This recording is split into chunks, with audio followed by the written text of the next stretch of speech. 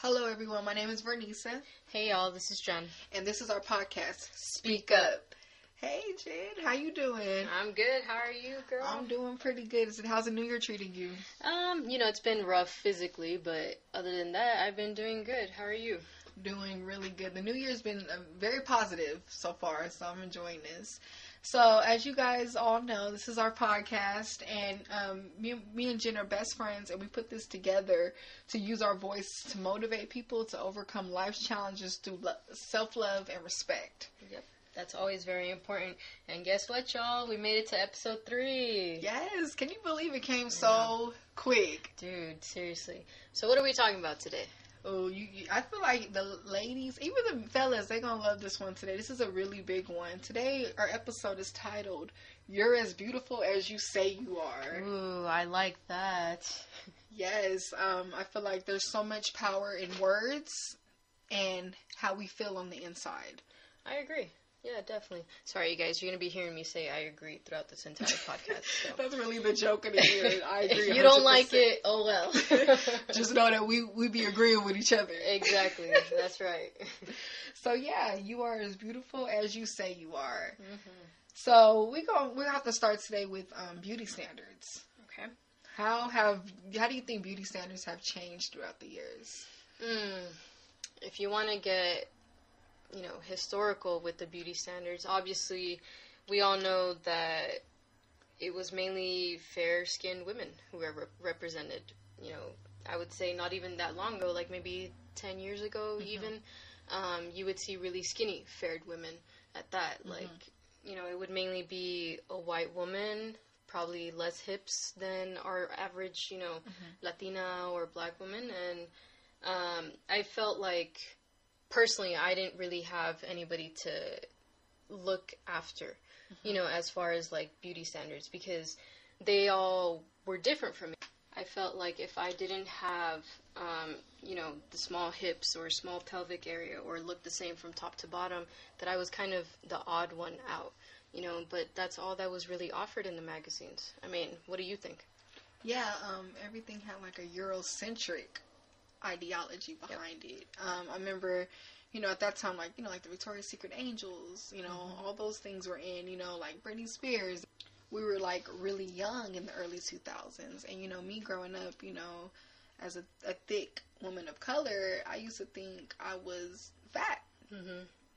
I really thought, like, because I had thicker hips, thicker thighs, that I was considered fat, because that's all that was being promoted. Yep. Even if we get into, like, skin tone, you know what I mean? Like, I used to think, you know what I mean? Like, you only seen lighter, like, I'm light skinned, but you've seen women lighter than me only being promoted. Or, like, hair texture was a big thing. It was all about the straight hair, I remember my mom used to put a perm in my hair, and I used to think that was like, my natural hair wasn't the hairstyle to rock. Yeah, unfortunately, I feel like a lot of, I would say, old school beauty standards made a lot of us kind of create, like, this self-hate towards ourselves. We felt like, like we were mentioning, that because we didn't look like these women, that we weren't beautiful enough.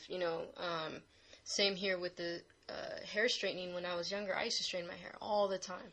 Like, I've always had thick hair, and it's not as coarse as yours, but it's definitely coarser than, the average white woman or whatever. So I always felt like if I didn't have straight hair, it would just look ugly being big and, like, frizzy or whatever. And I had to really learn how to love myself and love that about myself throughout the years.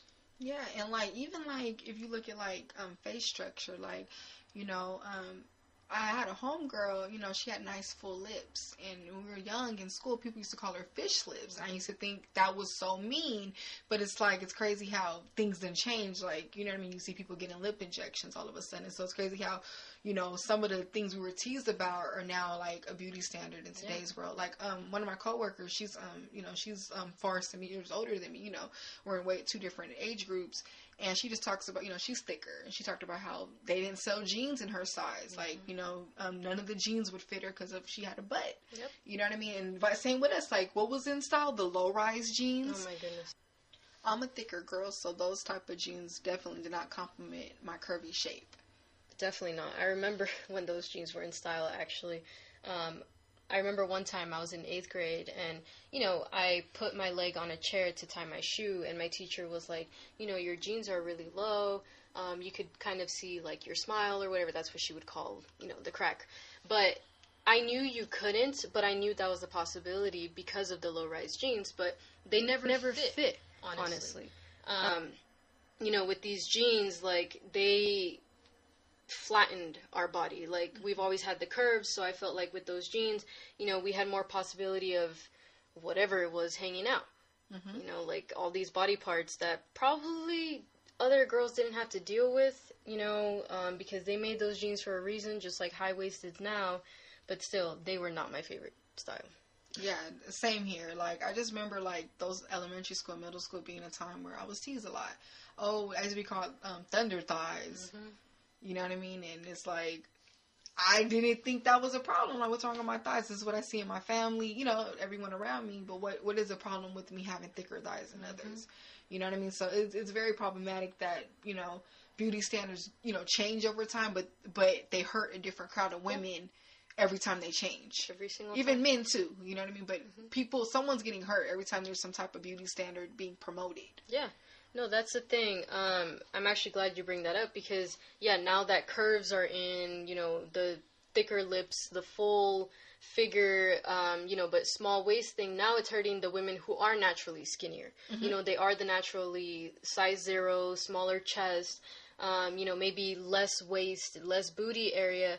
And it sucks because someone's always excluded. Like, I feel like we can never just promote self-love in your own beauty to begin with. Like, we always have to have a specific standard of what beautiful looks like. So, you know, in the early 2000s, it was the thinner women who probably had less curves, and now it's the curves, but we're not promoting the size 0 girls to come with us and, you know, continue to love yourselves like they did in the past. Yeah, and it's crazy because, yeah, back when the size 0 was in, what were women doing? Starving themselves to look smaller. Now, you know, a thicker, curvy women's worn style women are getting surgery done to look thicker.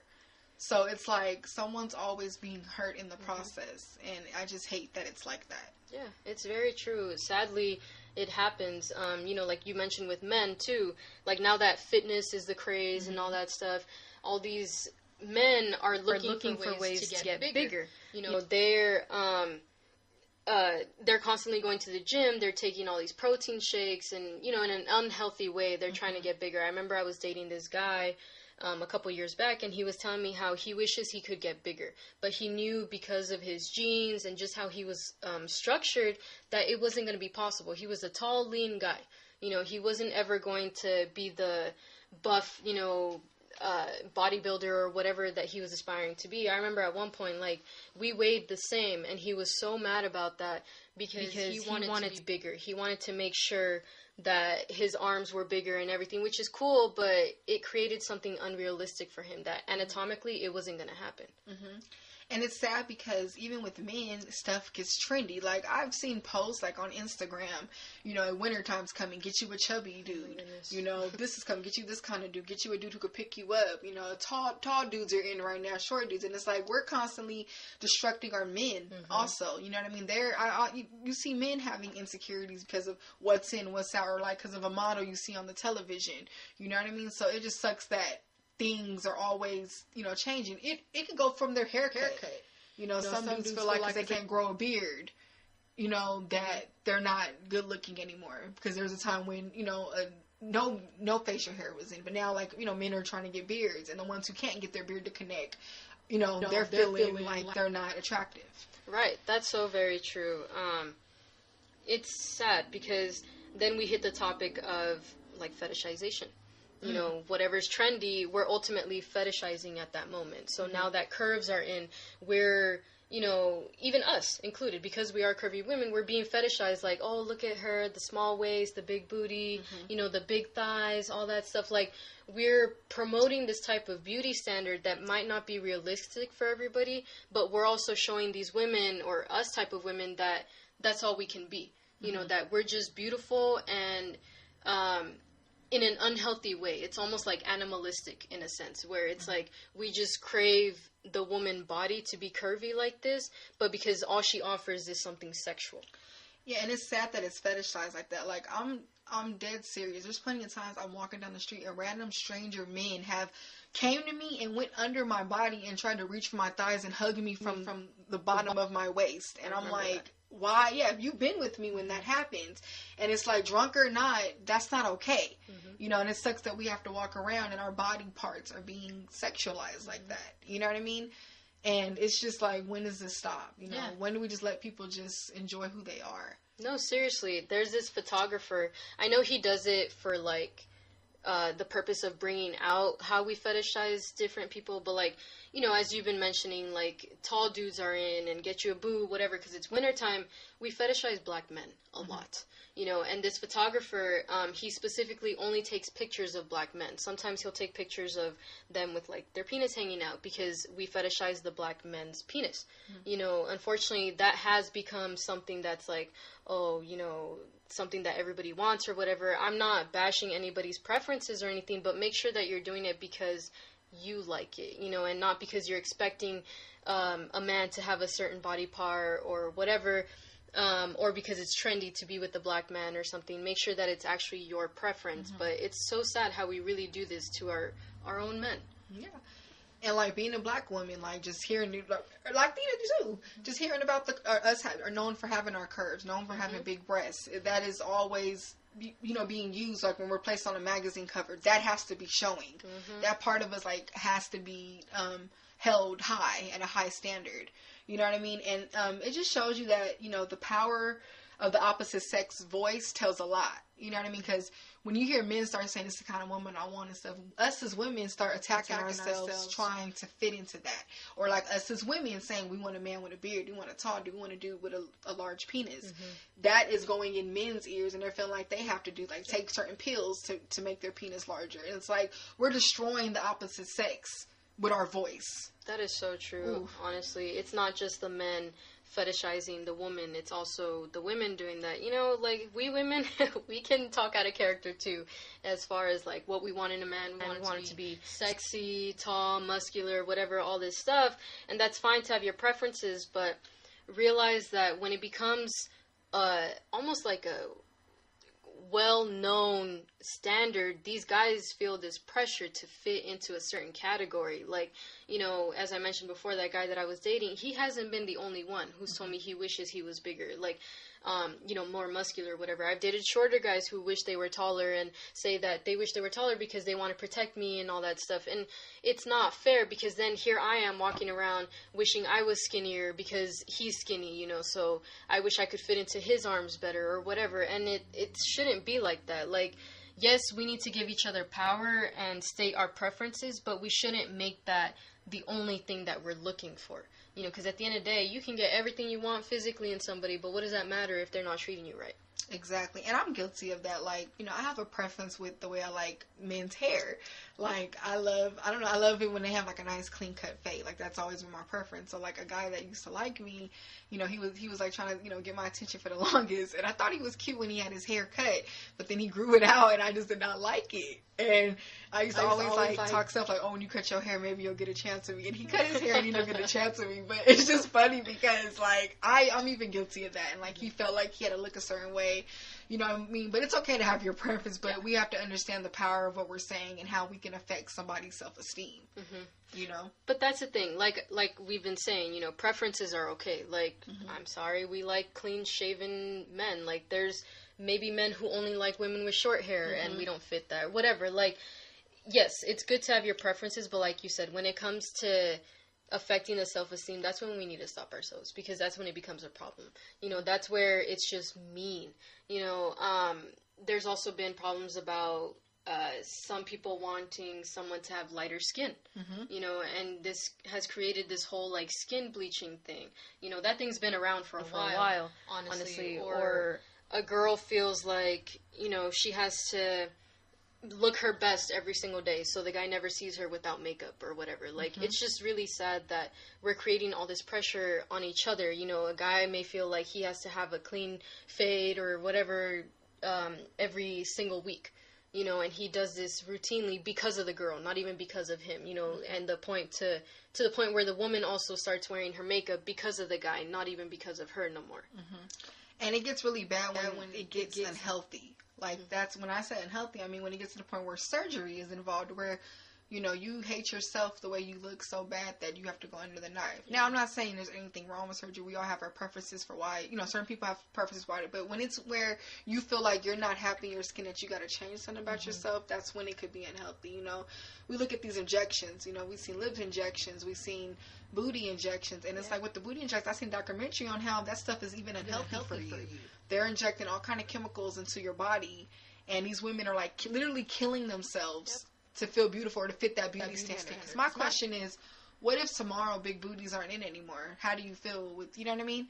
Or with, you know, with the breasts, it's like, it just shows you the stuff, like the stuff that's put in the media to make women feel like they have to change a certain aspect. Like, I have friends who, you know, are flat chested, and like, you know, I have a chest, so I always hear like, oh, I wish I had breasts like yours, and I always tell them, you're beautiful. You don't need, you know, we all are different in different ways, and we're beautiful in our own way. We don't all have to have a big chest, big booty, small. You know, I have slender friends, and I admire it. You know what I mean? But we all have things about us that make us beautiful in our own unique way. Yeah, no, unfortunately, you know, a lot of celebrities do have that influence because you see that they alter their body. We aspire to look like a certain person or whatever. There's this Mexican actress, singer, her name is Alejandra Guzman, and she actually got some butt injections, I don't know how many years ago, but she almost died because it was done improperly, or I don't know, I don't remember what happened, but I just remember it was a big deal because, you know, it just shows the dangers of these surgeries. Like, some people are just going to just any old doctor who aren't really licensed to do this stuff. Funny enough, yesterday, I was watching this girl on her YouTube. She was actually getting her fillers removed because she said that underneath her lip skin, it started feeling like hard balls underneath, you know, and like it wasn't attractive to her anymore and all this stuff. So you just see the video of her removing the lip fillers, and you know, with her natural lips, she looks so beautiful. You know, it's not like there was anything wrong with them in the first place, but because we see all these celebrities altering their bodies, you know, we're thinking they're creating the next beautiful woman. You know, like now that we're about to enter the new decade era of 2020s and all that stuff, we're looking for the next hottest thing. So yeah, now that curves have been in for a good minute now, you know the thick lips and all that stuff, we're thinking that we have to follow these trends, and that's not the case. Yeah, and it's honestly, you know, scary too when the person gets so much work done that they don't even look like the person that they were. Like, I'm sorry, like, you know, not to bash on any women or anything, but like Kylie Jenner, like, she looks nothing like the way she looked before she got the surgery. And it just makes me wonder, like, what made her get the surgery? Was it the influence around her, people telling her to look a certain way, to look more like her sister, or was it like because she really wanted that? But it just shows you how deep inside, like, you can be feeling like you don't look right, that you have to like change everything about yourself. That's physically. True. Yeah, no, that's true. I remember she saying something about how like she this boy wouldn't kiss her or whatever because her lips were too small. So she said that that's why she ended up getting the fillers. But yeah, now she looks completely different. Like, I think her face structure is different. You know, obviously the lips are the biggest thing. So, yeah, unfortunately, you know, celebrities get attacked too. They feel like they have all this pressure to look a certain way because the whole world's looking at them. So they do have to uphold some sort of beauty standard because they're ultimately the ones who, quote unquote, created, you know? Yeah, it goes with skin and all that. And, you know, there's a lot of natural remedies, you know, to, you know, fix those things. You know what I mean? But it's just, it's saddening when you see a person really destroying themselves to look a certain way. Yeah. Or, you know, when you spend a lot of time wanting what someone else has, we really have the beautiful qualities. You know what I mean? Honestly, that's true. I saw this show, I think it was Maury, actually, of this lady. She was bleaching her children's skin because she felt like she was too dark, you know, so she started bleaching her own skin, but then she didn't want her children to get teased, so she started bleaching their skin too at a young age, like literally with bleach and everything. You know, the little boy was like 3 years old. I think she had a daughter too who was like 2 or something. And it's so sad how we ultimately destroy ourselves, but then we're starting to, you know, instill that in the next generation, our kids, you know, our cousins, whatever, and it's really sad. we basically end up telling our kids what's beautiful and what's not beautiful. And like, oh, society's going to hate you because you're this. Society's going to hate you because of that. Like, I remember getting perms in my hair. My mom, your hair's so nappy, da-da-da-da. And she used to do, I haven't had a perm in my hair in years. And I love my natural texture of hair. And I'm glad I stopped putting those in my hair. But, you know, looking at the years when my mama was a kid, that was in, you know, she was being told her hair was nappy. So she didn't want us as kids, you know, dealing with that. You know what I mean? So it's like, it shows you where it stems from. And it's all society speaking to us. Yeah. You know what I mean? What to wear, how to dress. And it's saddening, you know, especially with makeup. I feel like makeup is fun. You know, I love lipstick. I have a thing for eyeliner. You know what I mean? But, you know, it's really about, you know what I mean, knowing that you can walk out with your bare face and still feel beautiful. Yeah. You know what I mean? But some people don't feel that way. They don't. You know, they feel like makeup is their beauty versus enhancing their beauty. And that shouldn't be the case. I understand, you know, a lot of us, we have different things that we deal with. Like for me, I wish personally my eyebrows were darker, you know, or at least fuller than they are. So I tend to wear makeup on my eyebrows sometimes. But it's not like I can walk around, you know, and be ashamed of my eyebrows. I do think makeup should be an enhancer, not, you know, the maker of your beauty, honestly. Yeah, and a lot of it stems from, too, like when we were younger. Like sometimes you got to understand what you're told when you're a child, what your family tells you, what you hear in school, that follows you as you grow up. And you start thinking, dang, is my nose too big? Is this, you know what I mean? And you grow up with those insecurities, always trying to fix it. And it's a shame that things are like that. I really blame like what's being promoted on magazines, what's being promoted on music videos. Yeah. But you know, sometimes it's not even always just the media. Like I remember when I was younger, I used to get hit in the face with a towel by one of my cousins. She used to tell me I was so ugly. You know, I was like maybe 2 or 3 years old. And she used to slap me in the face with that towel and tell me every day, you're so ugly, you're the ugliest one in the family, and blah, blah, all this stuff. So I really grew up thinking I was ugly, and I had to really work on my self-esteem throughout high school, you know, because the beauty standards were different. I was always the thicker girl in the group and everything. So I felt that not only was I the thicker girl, I was the ugly girl on top of that. It wasn't until I really started working on myself that I was like, you know what, I am my own kind of beautiful, and that's all that matters. And it shows you, like, kids could be mean, you know. I have 2 younger sisters, and I tell them, every time I talk to them, they're beautiful. I always tell them that. And it's crazy because, you know, now that thicker girls are in, you know, my little sisters, they're thick little, cute little girls. So I love that, you know, I love that they're embracing their thickness. Because I remember growing up and being insecure about being thicker. So I love that they're, you know, able to feel beautiful in their own skin. But I always tell them that because I don't want them to grow up thinking something's wrong with them. Like, one of my sisters, she's really tall for her age. Like, she's like, I want to say she's like 5'11", and she's only like 17. But I love that she embraces her height. Even though kids are at school, oh, you're so tall, you're so tall. But I always tell her, one day you're going to appreciate your height. And she just rocks it very well. You know what I mean? So that really takes us into, you know, the voice that you're telling yourself. Yeah, I mean, ultimately, I think everybody was made a certain way for a reason. Whether you're short, you're tall, you're skinny, you're thicker, or whatever, it doesn't matter. Like, you were made that way for a reason, you know, so we have to be reminding ourselves that we create our own beauty. You know, ultimately all of us are an original. You know, there's no one else who looks like you. Even if you have a twin, there's something slightly different. One twin might be taller, the face might be different, or whatever. So you have to remember that you're an original, and only you can tell yourself how beautiful you are. So if you're constantly destroying yourself, you're going to start believing that. Yeah, one thing I want to say is, like, this world will break you if you allow it to. So if you let today's beauty standards, you know, attack you, they're going to attack you. You're going to feel down. You know what I mean? So we named this episode this to say that whatever you're telling yourself, that is how you're going to feel. And beauty literally starts within. It has nothing to do with the way you look on the outside. If you tell yourself you're beautiful, if you embrace those features about you, you're going to feel that way. You're not going to care what people think or what's out in the news or whatever. You know what I mean? And it really starts with looking in the mirror. Like, okay, if that's the hairstyle you want to rock. If that's the outfit you want to wear it. You know, okay, if your body's not where you want it to, go, you know, do what you eat, start eating healthier. There's ways to, like, enhance what you have. But in the day, we're all beautiful, we're all unique. Remember, there's always somebody wanting what you have. You know, we can, like, I could say, oh, my hair is curly, I wish my hair was straight, but someone with straight hair might want my curly hair. Like, I have naturally thick curly hair, and I used to hate wearing my hair out natural. I remember being in college and being like, oh, but then when it started coming in more, I started embracing it more. But I had to tell myself that, because other people would tell me it looked good when I went, but I never seen it. I would look at myself, oh, it's nappy, it looks too crazy, I look like a clown. But once I started finding that beauty within myself, I love my natural state of hair. I barely straighten my hair anymore. Mm-hmm. You know what I mean? Or even like with a bare face, it's like you got to look at yourself with that bare face and know that you're beautiful. And somebody sees a light that sometimes you don't even see.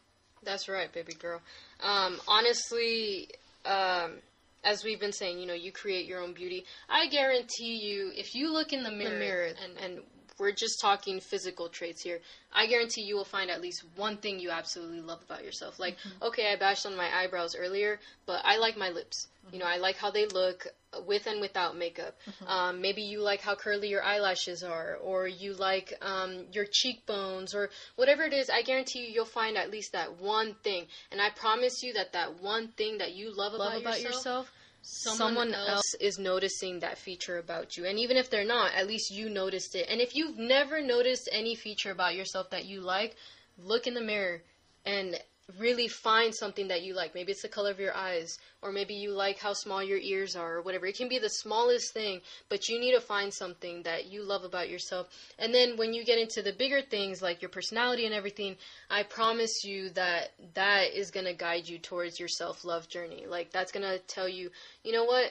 I'm born with thick thighs and, you know, a smaller chest than a lot of people, but at the end of the day, like, this is me. No one else is Jennifer, so this is who I'm going to continue to be for the rest of my life. Yeah, it's really how you rock it. Like, I remember one day I was in the mall and I seen this beautiful young lady. She was in a wheelchair, but her outfit was fly. Like, she had a fly-ass outfit on. Her hair was on point. Her nails were done. And it's like, yeah, you know, she couldn't walk. She was still strutting. And you could see men just staring at her. And it's like, it's really about what you're telling yourself and on the inside and how you shine that light when you're walking out in public. You could have a freaking black ball on your face. As long as you're walking around, you know, embracing it, you're gonna become 10 times more beautiful. And it's really, you're as beautiful as you say you are. Because I don't know about you, Jennifer, but you ever seen somebody and, you know, they're a beautiful person, but you hear them like talk down on themselves. I wouldn't say they start looking ugly, but it like literally, it does make their attraction, the attraction go down a little bit. Like, okay, now you saying it, they start feeling that way and they start doing things that make them seem ugly. And it's like, yeah, you know what I mean? But when someone's talking highly of themselves and walking like, you know, with a straight, you know, walking with their shoulders up, they look on them 10 times more attractive. It's all about that self-confidence. No, definitely. You know, like Nini said, you could have a big-ass ball on your face, and if you believe you're beautiful, then, honey, you are, I promise you. The other day, I saw this lady on the news. She was burned in a fire. She lost an eye. She lost her nose. Now she just has a hole for her nose, and she lost an arm in the process. But this woman, she radiates this confidence. Like she was brave enough to talk in front of the entire world on a nationwide news network and tell everybody that she continues to love herself, and because she's a survivor, that's what makes her beautiful. And honestly, I thought that was the best thing, you know, to tell someone, because you are surviving your bad days, you know, so that doesn't matter what you look like physically. Tomorrow you can be an entirely different person for whatever reason, you know, physically. So you have to appreciate who you are. You have to know your own self-worth in order for that self-esteem to start coming through. Exactly. And like that inner peace and inner beauty is what's going to shine through with your physical beauty. That doesn't even matter at this point. You know what I mean? It's just, we're letting a television tell us what looks good and what doesn't. It's not even about that, because that could change tomorrow. Like today, yeah, thick girls could be in. Tomorrow it's chubby girls. Tomorrow, the next day it's bony. Like, you know, it doesn't matter. None of that matters. It's really based on how you say. In the day, someone's sitting there mapping that out. So why can't you map out your own beauty and know I'm beautiful regardless if that person is on the TV screen? That's right. We have to find that. When we find that love in ourselves, no one could tell us anything. That is absolutely right.